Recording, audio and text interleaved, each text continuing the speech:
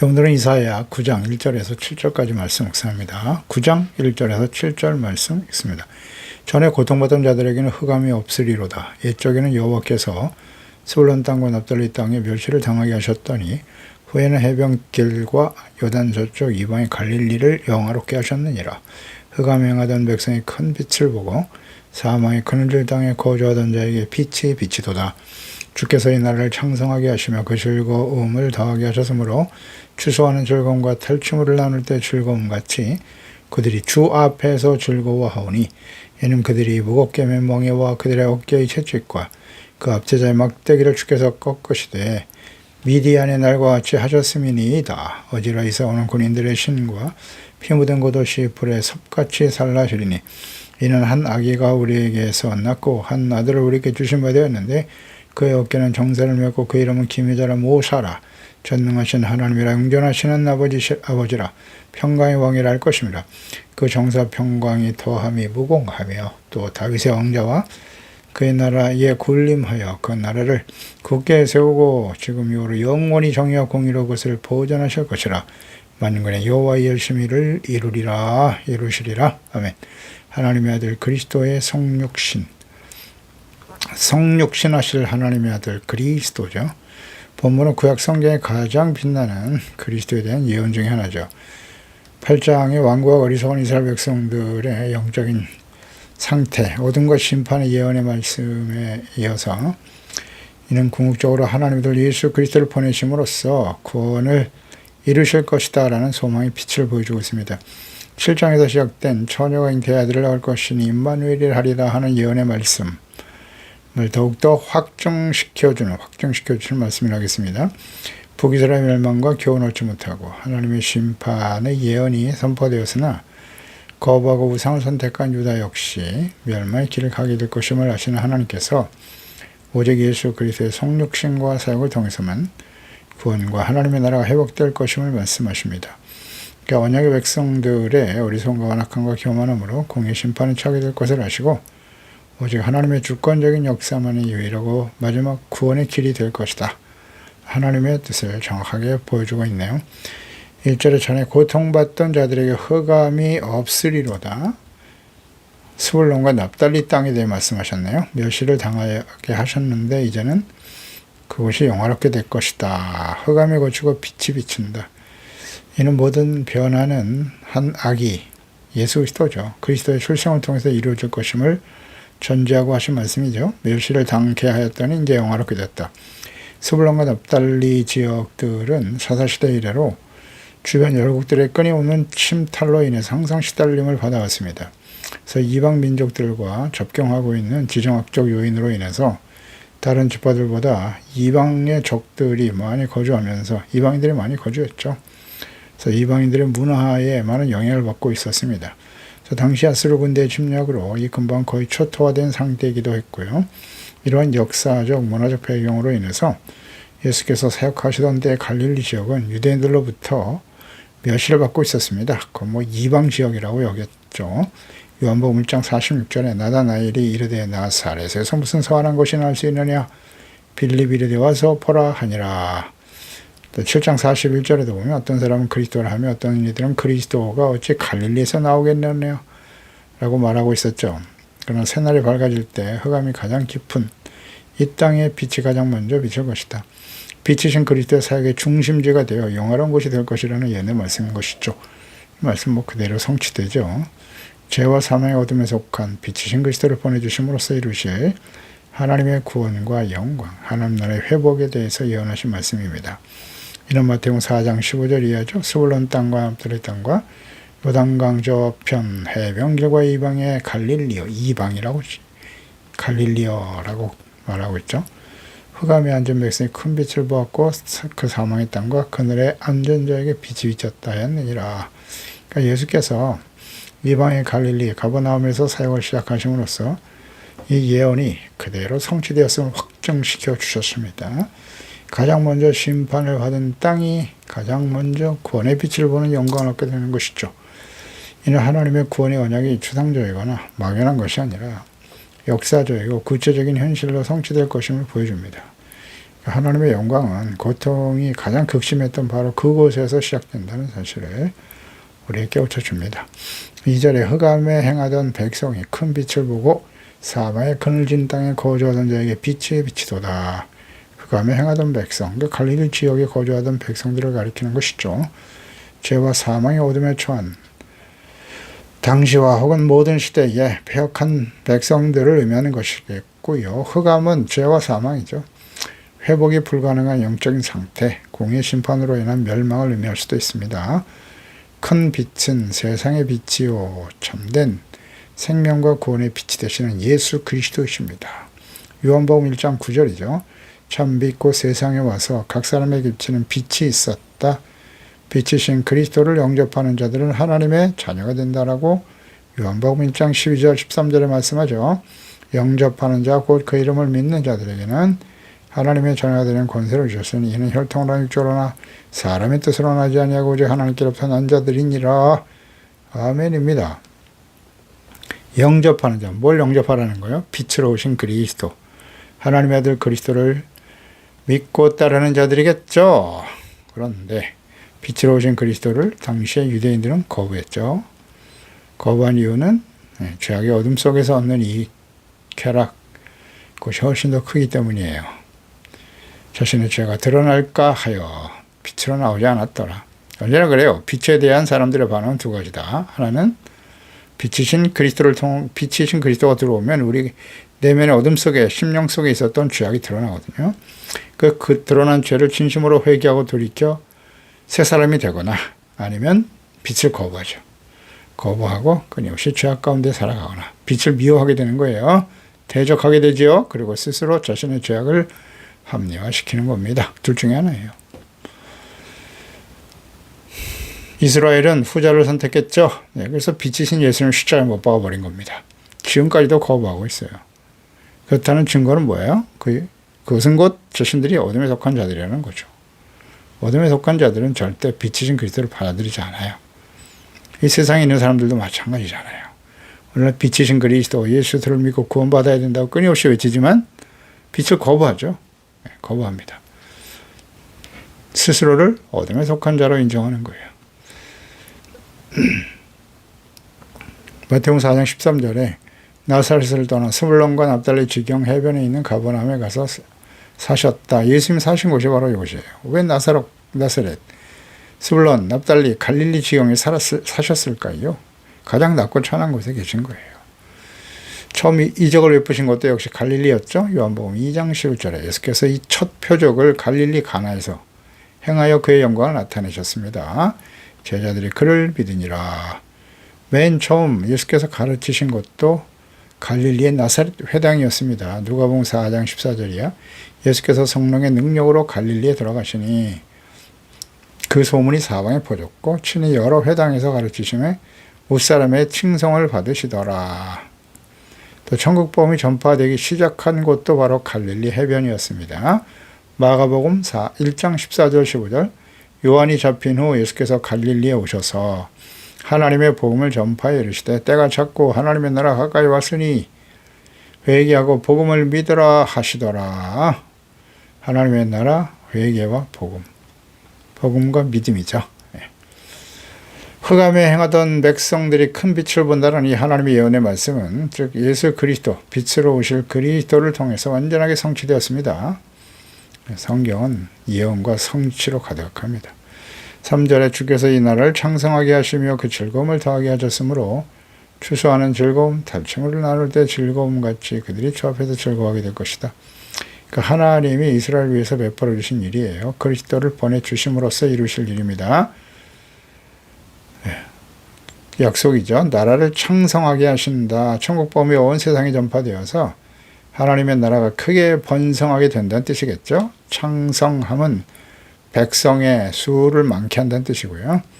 즐거움을 더해 주실 것이다. 그 즐거움은 추수하는 즐거움과 탈취물, 즉 전쟁에서 승리하여 탈취물을 나눌 때 그 기쁨과 같은 기쁨을 주실 것이라는 거죠.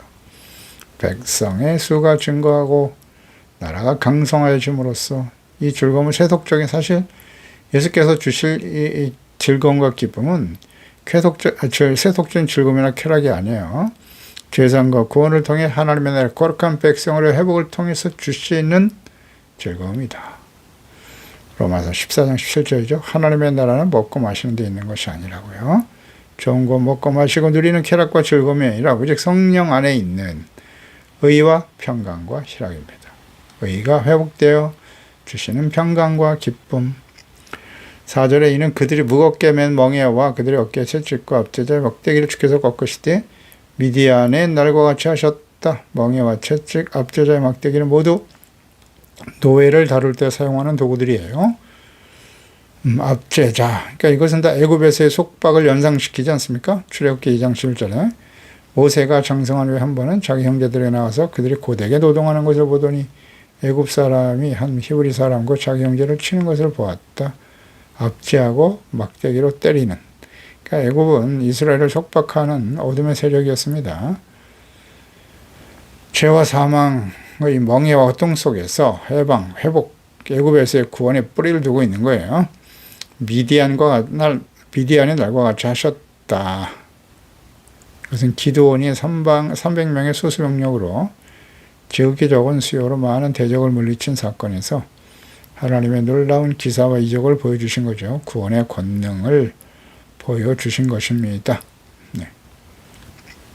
이것을 우리는 연상하게 되지요. 사사기 7장 2절에 여호와께서 기드온에게 이르시되 너를 따르는 백성이 너무 많은즉 네가 그들의 손에 미디안을 넘겨주지 아니할 거야.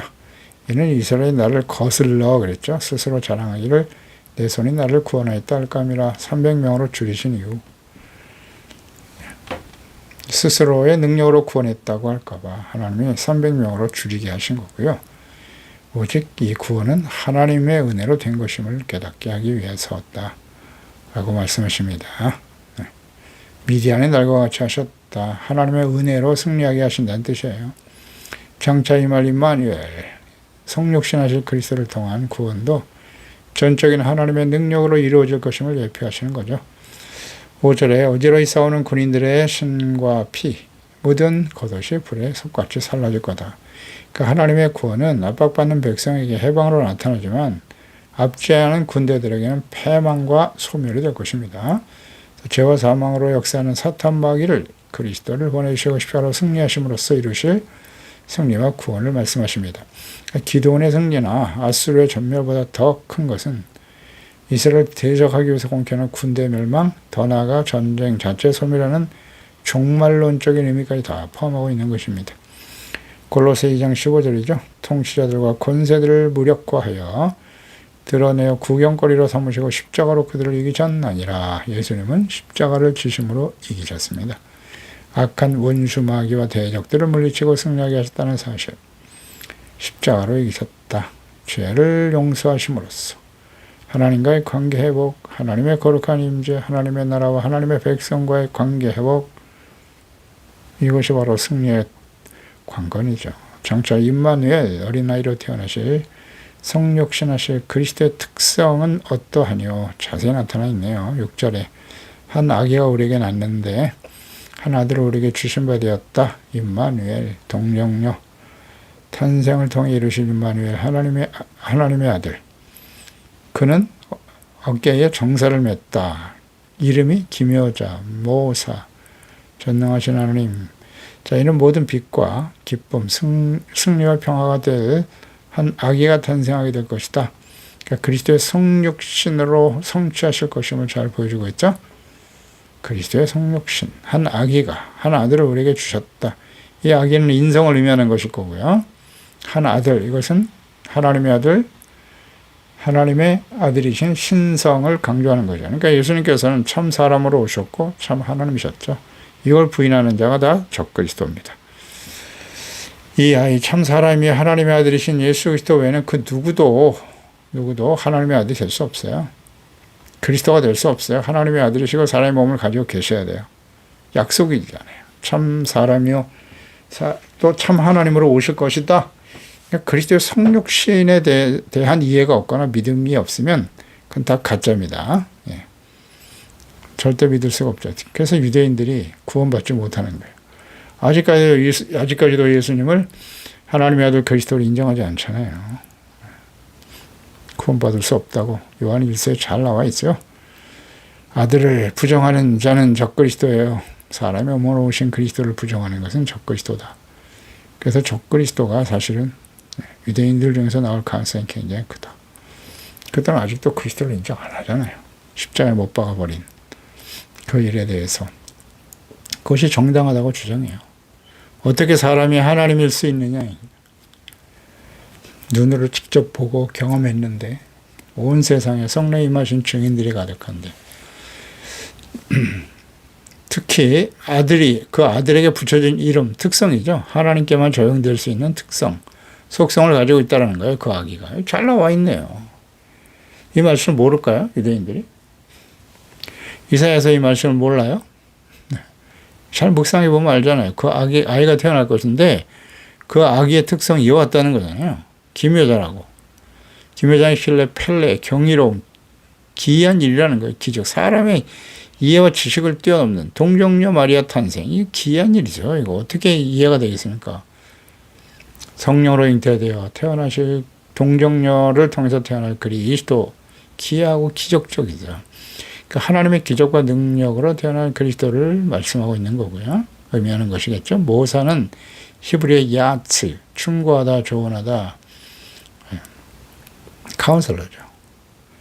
계획하다, 뭐 이런 뜻이에요. 기적으로 태어나게 하시고 생명과 구원의 길을 계획하시고 충고하시고 인도하실 그리스도. 기묘자와 모사입니다. 전능하신 하나님, 엘 기뽀르, 강력한 능력을 가지신 하나님의 아들을 의미하는 거예요. 아버지의 능력으로 수많은 기사와 이적을 행하셨죠. 전능하신 하나님이 될 것이다. 눈으로 직접 보여주셨잖아요. 영존하시는 아버지다. 그러니까 하나님의 아들을 사람의 몸으로 보내신 하나님 아버지의 성품과 능력을 가지신 그리스도를 의미하는 거예요. 이거 어렵지 않은데요. 요한복음 10장 28절에 내가 그들에게 영생을 주노니 영원히 멸망하지 아니할 것이고 또 그들을 내 손에서 빼앗을 자가 없다. 그들을 내게 주신 내 아버지는 만물보다 크시다. 아무도 아버지의 손에서 빼앗을 수 없느니라. 나와 아버지는 하나다. 이렇게 말씀하셨잖아요. 이 말씀의 의미를 전혀 이해를 못해요. 당시 제자들도 사실 이해할 수 없었고 유대인들은 뭐 더더군다나 이 말에 대해서 신성모독이라고 해서 예수님을 십자가에 못 박아 죽인 거죠. 요한복음 14장 10절에 그 제자 빌립이 묻습니다. 네? 예수님께 아버지를 한 번만 보여주세요. 그럼 우리가 잘 믿겠습니다. 요한복음 14장 10절에 예수께서 대답하시잖아요. 내가 아버지 안에 거하고 아버지는 내 안에 계신 것을 내가 믿지 아니하느냐? 내가 너에게 이르는 말은 스스로 하는 것이 아니야. 아버지께서 내 안에 계셔서 그의 일을 하시는 것이다. 내가 아버지 안에 거하고 아버지께서 내 안에 계심을 믿어라. 그렇지 못하였거든. 행하는 그 일로 말미암아 나를 믿으라고. 무엇을 믿으라는 것입니까? 예수께서 하나님의 아들이시고 아버지 하나님께서 그리스도와 함께 하신다는 사실이에요. 쉽지 않죠? 예, 이게 믿어지지 않습니다. 그래서 지혜와 계시형을 우리 하나님 아버지께서 우리에게 주셔야만 깨닫게 되는 것인데 예수님은 영전하신 하나님 아버지의 속성을 가지신 하나님의 아들이세요. 평강의 왕이다. 하나님과 인간 사이 또 사람과 사람들 사이의 모든 죄를 제거하고 진정한 평화를 주시기 위해서 오신 분이 예수님이세요. 누가복음 2장 11절이죠. 다윗을 동네를 위하여 구주가 나셨다. 예수님 태어나셨을 때 천사가 나타나서 목자들에게 가르쳐준 말이죠. 너희가 가서 강보에 쌓여 구유에 누워있는 아기를 보게 될 것인데 이것이 너희에게 들 표적이야. 우리는 수많은 정군이 그 전사들과 함께 하나님을 찬송하여 이르되 지극히 높은 곳에는 하나님께 영광이요 땅에서는 하나님이 기뻐하신 자들에게 평화로다. 평화의 의미를 잘 이해하세요. 어떻게 평화를 얻는 것입니까? 골로새 1장 10절 그의 십자가의 피로 화평을 이루셨다고. 만물 곧 땅에 있는 것들이나 하늘에 있는 것들이 그로 말미암아 자기와 화목하게 되시기를 기뻐하신다. 화목이란 무엇이다? 화평이란 하나님과 화목되는 거예요. 그러기 위해서는 뭐가 필요해요? 십자가의 피로 화평을 이루셨다는 게 무슨 뜻입니까? 예수님이 십자가를 통해서 우리의 죄를 대속하시고 용서해 주셨다. 우리가 죄가 용서될 때 하나님과 화목할 수 있게 되는 거예요. 화평이란 죄 용서함 받고 하나님과 화합되는 거예요. 사람과 사람 사이도 마찬가지잖아요. 서로 상처를 주고 싸우고 다투는 이유가 뭐예요? 누군가 잘못했기 때문이잖아요. 서로의 잘못일 수도 있죠. 그래서 서로 상대방의 죄를 이해하고 용서할 때 하나가 되는 거예요. 그럴 때 화평이 찾아오는 거예요. 죄가 있는 곳엔 절대 평화가 없어요. 악인에게는 평안이 없나니라. 아멘입니다. 죄악을 품고 있으면 화평이 없어요. 그래서 예수님은 평강의 왕이신 거예요. 예수 그리스도를 믿고 죄사함 받아 하나님과 화목하게 되는 거예요. 참된 평화가 찾아오는 거예요. 네. 하나님 나를 용서해 주시니 용서하셨기 때문에 나도 형제와 이웃의 죄를 용서한다. 그러니까 마음에 평화가 찾아오는 거예요. 간단한 진리죠. 말로만 예수를 믿었으니까 평안이 찾아왔다. 그렇지 않아요. 여전히 누군가를 미워하고 누구 때문에 상처받고 괴로워하고 미워하고 있는데 무슨 평화가 있단 말입니까? 7절에 그 정사와 평강에 더하며 우하며 다윗의 왕자와 그의 나라에 군림한다. 나라를 굳게 세울 것이다. 영원히 정의와 공의로 그것을 보존하신다. 그리스도를 통해서 이루실 하나님의 나라죠. 하나님께서 보내실 사람의 몸으로 성육신하실 하나님의 아들 그리스도께서 다스리시는 하나님의 나라의 영원성, 그 성취를 보증하시고 선포하시는 말씀이죠. 그리스도를 보내주심으로써 이루실 하나님의 나라는 다윗의 왕위를 계승한다. 다윗과의 언약의 성취죠. 다윗의 후손으로 오실 그리스도. 그의 나라의 군림, 왕으로 오셔서 다스릴 것이다. 나라를 굳게 세우신다. 즉 하나님의 나라가 말씀에 굳게 서게 하실 것이 있다. 유대인들, 대제사장, 바리새인들 이러한 그리스도에 대한 약속을 알고 있었어요. 믿고 있었습니다만 그들이 기다리는 그리스도는 강력한 리더십을 가진, 그죠? 왕으로 오셔서 정치, 경제적으로, 군사적으로 강성한 나라를 만들어줄 그런 왕을 기다리고 있었던 겁니다. 세속적인 왕. 그리스도의 특성을 자세하게 예언하신 말씀을 깊이 묵상해 본다면 하나님 보내실 그리스도는 어떤 분이신가를 잘 묵상해, 이 말씀 모르겠어요. 이거? 이사야서 이 말씀을, 본문 말씀을 잘 읽고 묵상하면 오실 그리스도가 어떤 분이신지 알게 된다고요. 우리도 마찬가지예요. 이 속성을 잘 알아야 된다고요. 그래서 약속하신 그리스도는 단순한 사람이 아니라 하나님의 속성을 가지신 하나님의 아들이어야 함을 쉽게 이해할 수 있어요. 그렇지 않습니까? 영존하신 하나님 아버지. 유대인들은 하나님의 예언의 약속을 자신들이 믿고 싶은 대로 자의적 해석했어요. 자의적으로 판단하고 해석하고. 이런 자의적 신앙은 그 우상 숭배예요. 그래서 하나님의 아들 예수 그리스도 외에 내가 바로 그리스도다, 메시아다, 사람이, 죄 많은 사람이 말이죠. 스스로 그리스도라고 하고 자신을 믿어야 구원받는다고 하는, 이게 다 자의적 신앙이잖아요. 우상 숭배자들입니다. 이단들, 거짓 선지자, 거짓 목사들, 하나님과 예수께서 그리스도의 하나님의 아들이심을 부정하는 것 다 우상 숭배자들이에요. 영원히 정의와 공의로 그것을 보존하신다. 자, 여기 중요해요. 하나님의 나라의 속성은 뭐예요? 영속성. 영원하다고 했어요. 하나님의 나라는 영원한 것이고요. 다윗과의 언약에 기초하며 다윗의 자손으로 오실 그리스도를 통해서 이루실 하나님의 나라는 정치 경제적으로 번성하고 군사력이 강력한 그런 나라가 아니고요. 죄를 회개하고 용서받음으로써 하나님과 화목하고 의와 거룩함을 회복하는 하나님의 나라를 세우시는 겁니다. 다시 한번, 하나님의 나라는 언제나 공평과 정의로 세워지는 것입니다. 공의, 정의가 없는 것은 하나님의 나라가 아니에요. 아닙니다. 의와 거룩함 위에 세워진 하나님의 나라는 일시적일 수가 없어요. 영원히 지속된다. 그러니까 하나님의 나라의 속성은 뭐예요? 새하늘과 새 땅은 의가 있는 하나님의 나라와 설 수 있다. 의가 없이는 하나님 나라에 들어갈 수가 없어요. 그러니까 어떻게, 우리가 이 땅에 태어나서 살아가는 동안 하나님의 나라에 들어가려면 어떻게 돼요? 의를 회복해야 된단 말이에요. 공의. 공의는 하나님의 뜻을 온전히 깨닫고 순종하고 따르는 거예요. 그런데 하나님의 율법의 말씀을 완전히 지켜 의를 쓰는 사람은 없다. 그래서 하나님의 아들이 대신 우리의 죄를 짊어지시고 십자가에서 죽으시고 부활하심으로써 누구든지 회개하고 복음을 믿으면 죄사함 받고 의롭다함을 얻게 하시는 거예요. 의롭다고 여겨주시는 거예요. 그럼 그 이후에 어떻게 살아가야 하느냐가 중요하단 말이에요. 그게 구약 성경 우리에게 주는 교훈 아닌가요? 회개하고 열심히 말씀을 듣고 회개하고 돌이켜 용서받는 의. 그러니까 이 의를 이루기 위해서 하나님의 아들 그리스도가 대신 십자가에서 제물이 되신 거란 말이에요. 구약 성경에 이스라엘 백성들이 동물의 제사, 피 흘리는 제사로 인해서 죄산받고 이를 회복할 수 있었던 것처럼 하나님의 아들이 이제 제물이 되어 우리의 모든 죄를 용서하시고 의롭다함을 얻게 하셨고요. 그 이후에는 어떻게 해야 되는 거예요? 이제 부지런히 하나님의 말씀을 묵상하고 죄를 버리고 의롭다함을 얻게 되는 거죠. 그러니까 예수 그리스도를 믿음으로 말미암아 얻는 의, 이어서 끊임없이 말씀 묵상하고 죄를 깨닫고 버리고 용서받는 의가 계속 이루어져야 되는 거예요. 그런 사람들이 바로 하나님의 나라에 서게 되겠죠. 아멘입니다. 뭐 간단한 진리예요. 그렇다 하나님의 의가 있는 곳에는 언제나 성령 안에 있으시는 의와 평강과 기쁨이거든요. 이게 하나님의 속성이에요. 의가 있는 곳에 평안과 기쁨이 있다. 근데 의가 없는 곳에 불의와 악을 행하면서도 거기서 기쁨이 있다? 가짜죠. 세속적인 쾌락이에요. 육체적인 욕망을 잠시 이루는 쾌락일 뿐이에요. 이걸 분별을 못하면 그건 세상 사람이지 하나님의 자녀가 아니에요.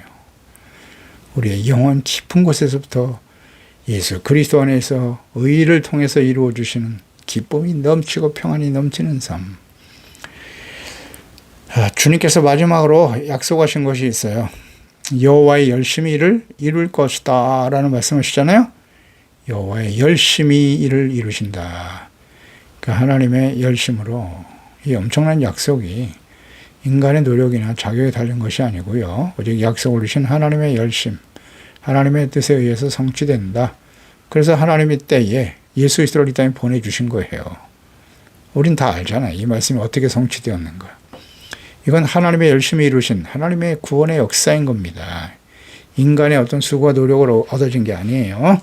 그러니까 이 은혜에 우리는 늘 감사하고 두렵고 떨림으로 구원을 온전히 이뤄가는 자들이 되어야 할 것입니다. 기도하겠습니다. 하나님 아버지, 오늘도 주의 말씀 묵상합니다. 하나님께서 예수 그리스도, 하나님의 아들 그리스도를 성육신하셔서 사람의 몸을 가지고 이 땅에 보내실 것임을 예언하시고 약속하신 말씀이죠. 처녀가 잉태의 아들을 낳을 것이니 임마누엘, 그 임마누엘로 오실 한 아기, 사람의 몸을 가지고 오실 하나님의 아들, 그분이 그냥 사람이 아니라는 거예요. 하나님의 아들입니다. 그래서 기묘자, 보사이시며 전능하신 하나님이시고 영존하신 아버지요 평강의 왕으로 오실 모든 정사와 평강에 더하며 무궁하신 하나님의 아들 왕이신 그리스도로 이 땅에 오실 것이다. 이 놀라운 사실, 진리를 우리에게 깨우쳐 주시고 그 하나님을 알고 믿고 죄사함받고 의롭다함을 얻어 주의 말씀을 묵상하며 하나님 말씀 앞에 드러난 우리의 죄를 깨닫고 회개하고 통회하며 죄사함받고 용서받고 의를 얻어 하나님과의 관계 회복됨으로써 주시는 성령 안에 주시는 의와 평강과 기쁨이 충만한 하나님의 나라가 우리의 심령 속에 우리 모든 저 가족들 가정에 이 나라에 온전히 임하게 하셔서 우리가 주어진 삶의 여정에 계속 이어지게 하소서. 두렵고 떨림으로 항상 복종하여 주의 말씀을 따름으로써 구원을 이루어감으로써 영광스러운 모습으로 믿음을 지키고 선한 싸움을 싸워 이기는 자가 되어 영광스러운 모습으로 의의 멸령을 받아들이는 우리 모두가 되게 하여 주시옵소서. 예수님의 이름으로 기도드립니다. 아멘.